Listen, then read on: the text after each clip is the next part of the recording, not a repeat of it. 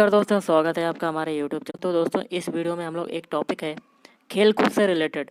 तो जितने भी क्वेश्चन आपके बनेंगे मैं पार्ट वाइज प्रोवाइड करवाऊंगा। ये पार्ट 1 होगा जिसमें हम लोग 60+ इंपॉर्टेंट क्वेश्चन देखेंगे जो कि आपके एग्जाम के लिए इंपॉर्टेंट हैं और ये क्वेश्चन प्रीवियस ईयर के पेपरों में पूछे भी गए हैं। तो वीडियो स्टार्ट करने से पहले आप लोगों से एक बात कहना चाहूँगा कि जिन दोस्तों ने चैनल को सब्सक्राइब नहीं किया तो प्लीज़ चैनल को सब्सक्राइब कर लीजिएगा और पास में जो बेल आइकन होता है उसको भी जरूर दबा लें ताकि आने वाले टाइम में आपको वीडियोस की नोटिफिकेशन टाइम टू टाइम मिलती रहे। चलिए स्टार्ट करते हैं आज का वीडियो। कि आज के सेशन में पहला क्वेश्चन है, भूटान का राष्ट्रीय खेल कौन सा है? तो भूटान का अगर राष्ट्रीय खेल देखा जाए तो वो है ऑप्शन डी, तीरंदाजी। संयुक्त राज्य अमेरिका का राष्ट्रीय खेल कौन सा है? तो संयुक्त राज्य अमेरिका का राष्ट्रीय खेल है ऑप्शन डी, बेसबॉल। और भारत का राष्ट्रीय खेल किसे माना जाता है? ऑप्शन ए, फील्ड हॉकी। टर्की का राष्ट्रीय खेल खालिस्तान है। ऑप्शन बी, कुश्ती। अगला है स्कॉटलैंड। स्कॉटलैंड आपने नाम सुना होगा, तो इसका जो इस देश का राष्ट्रीय खेल कौन सा है?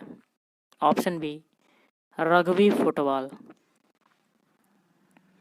एक क्वेश्चन आता है कि नेपाल का सबसे लोकप्रिय खेल कौन सा है? इंपॉर्टेंट क्वेश्चन है, तैयार कर लेना। तो ये हो जाएगा आपका ऑप्शन है फुटबॉल। अगला है बुल फाइटिंग। किस देश का राष्ट्रीय खेल है? तो बुल फाइटिंग जो होती है वो होती है स्पेन में, तो स्पेन का राष्ट्रीय खेल हो जाएगा बुल फाइटिंग। अगला है आइस हॉकी, लेक क्रॉस। किस देश का राष्ट्रीय खेल है? ऑप्शन ए, कनाडा। टेबल टेनिस जो है किस देश का राष्ट्रीय खेल है? तो टेबल टेनिस हो जाएगा ऑप्शन सी, चीन का। अगला है अमेरिका का राष्ट्रीय मनोरंजन किस खेल को कहा जाता है? तो ऑप्शन सी, बेसबॉल।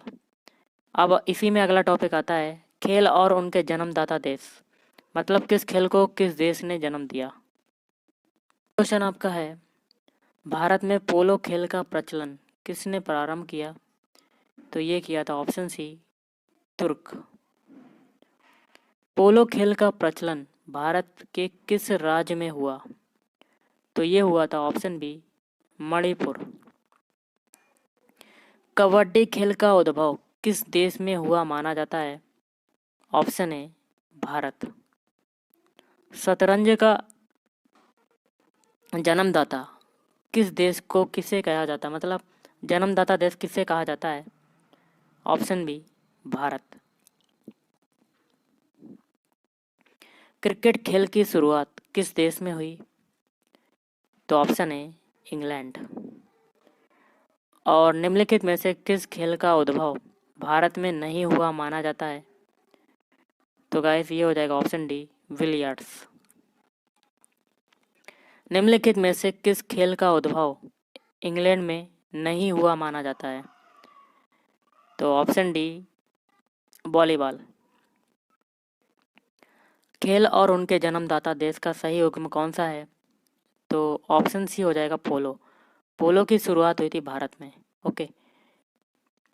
और खेल और उनके जन्मदाता देश का गलत युग्म आपको बताना है, तो ऑप्शन सी ये गलत हो जाएगा। बाकी के जो 3 है वो सही हो जाएंगे, जैसे कि बिलियर्ड्स की शुरुआत हुई थी फ्रांस से, कबड्डी की हुई थी भारत से और स्नूकर की हुई थी भारत में। आपका अगला टॉपिक आता है विभिन्न खेलों में प्रत्येक पक्ष में खिलाड़ियों की संख्या। तो अगला क्वेश्चन जो है, खो खो खेल में कितने खिलाड़ी एक टीम में होते हैं? तो इसका आंसर आपका हो जाएगा ऑप्शन डी, 9। अगला देख लेते हैं, वाटर पोलो में एक पक्ष में खिलाड़ियों की संख्या कितनी होती है? तो गाइस ऑप्शन सी, 7।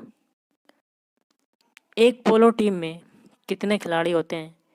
तो एक पोलो टीम में टोटल नंबर ऑफ प्लेयर्स होते हैं, ऑप्शन ए, 4।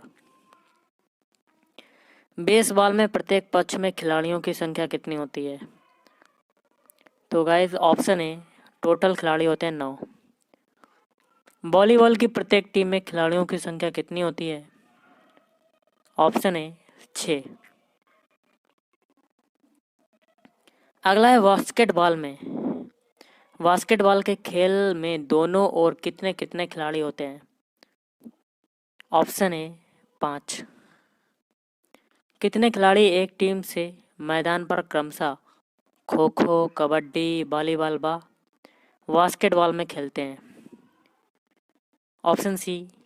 देखिए, सबसे पहले खो खो की बात करते हैं तो खो खो में 9, कबड्डी की बात करें तो उसमें 7, फिर वॉलीबॉल में 6 और लास्ट में बास्केटबॉल तो इसमें 5।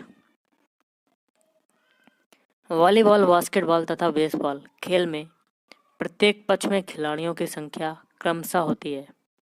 Option C 6, 5, 9। वॉलीबॉल में 6, बास्केटबॉल में 5 और बेसबॉल में 9। कबड्डी के खेल में प्रत्येक पक्ष में खिलाड़ियों की संख्या होती है? Option C 7। किस समूह के खेलों में प्रत्येक पक्ष में 7 खिलाड़ी होते हैं? ऑप्शन सी वाटर पोलो व कबड्डी। निम्नलिखित में से किस खेल की प्रत्येक पक्ष की टीम में 11 खिलाड़ी नहीं होते हैं? Option B kho kho. आपका अगला क्वेश्चन है, किस ग्रुप के खेलों में प्रत्येक पक्ष में खिलाड़ियों की संख्या समान होती है? ऑप्शन सी बेसबॉल एवं खो खो। और किस ग्रुप के खेलों में प्रत्येक पक्ष में खिलाड़ियों की संख्या 7 होती है? ऑप्शन सी कबड्डी एवं नेटबॉल। किस खेल में प्रत्येक पक्ष में खिलाड़ियों की संख्या सर्वाधिक होती है? Option B rugby football.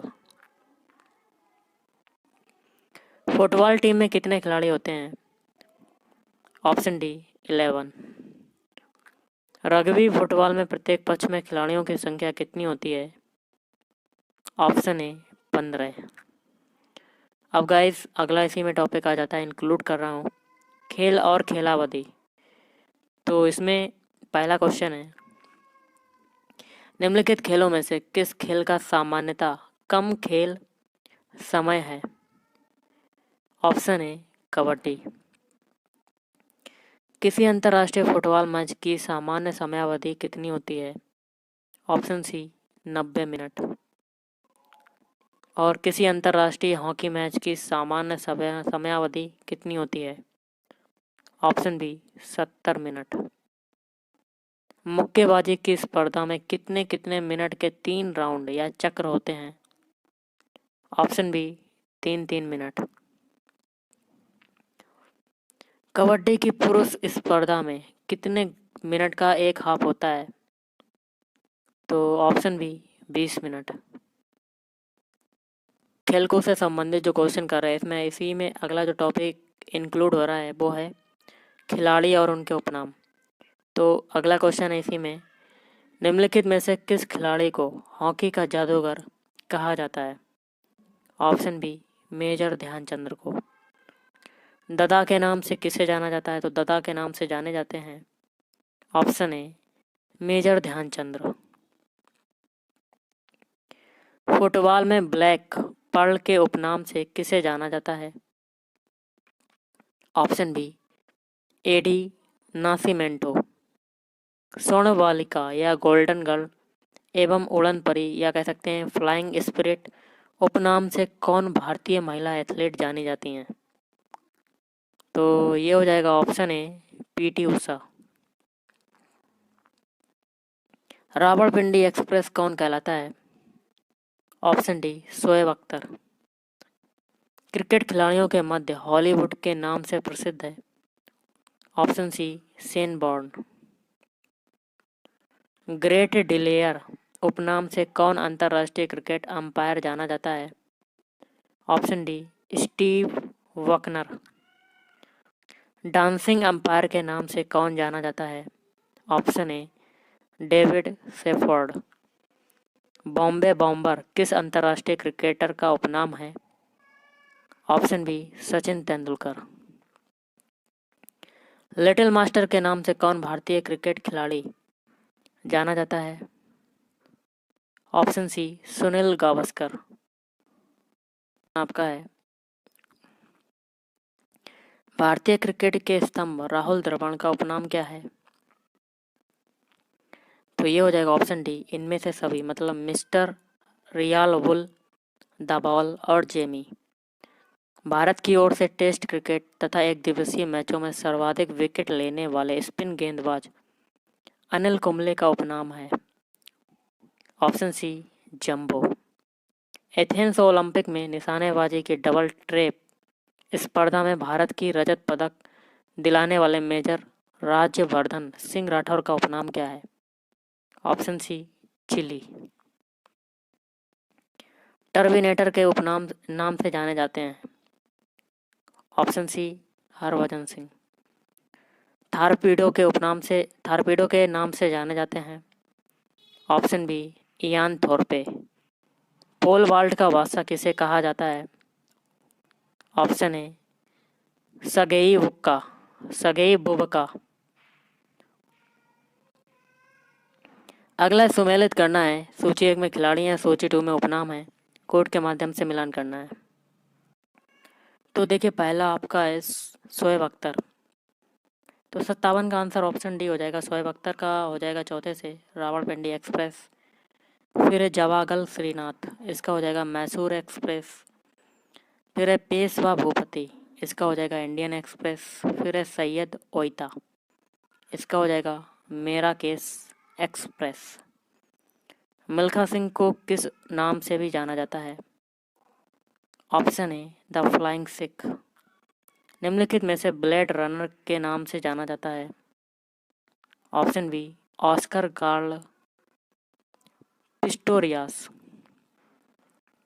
और आज का लास्ट है, निम्नलिखित में से कौन हरियाणा हरिकेन के नाम से प्रसिद्ध है?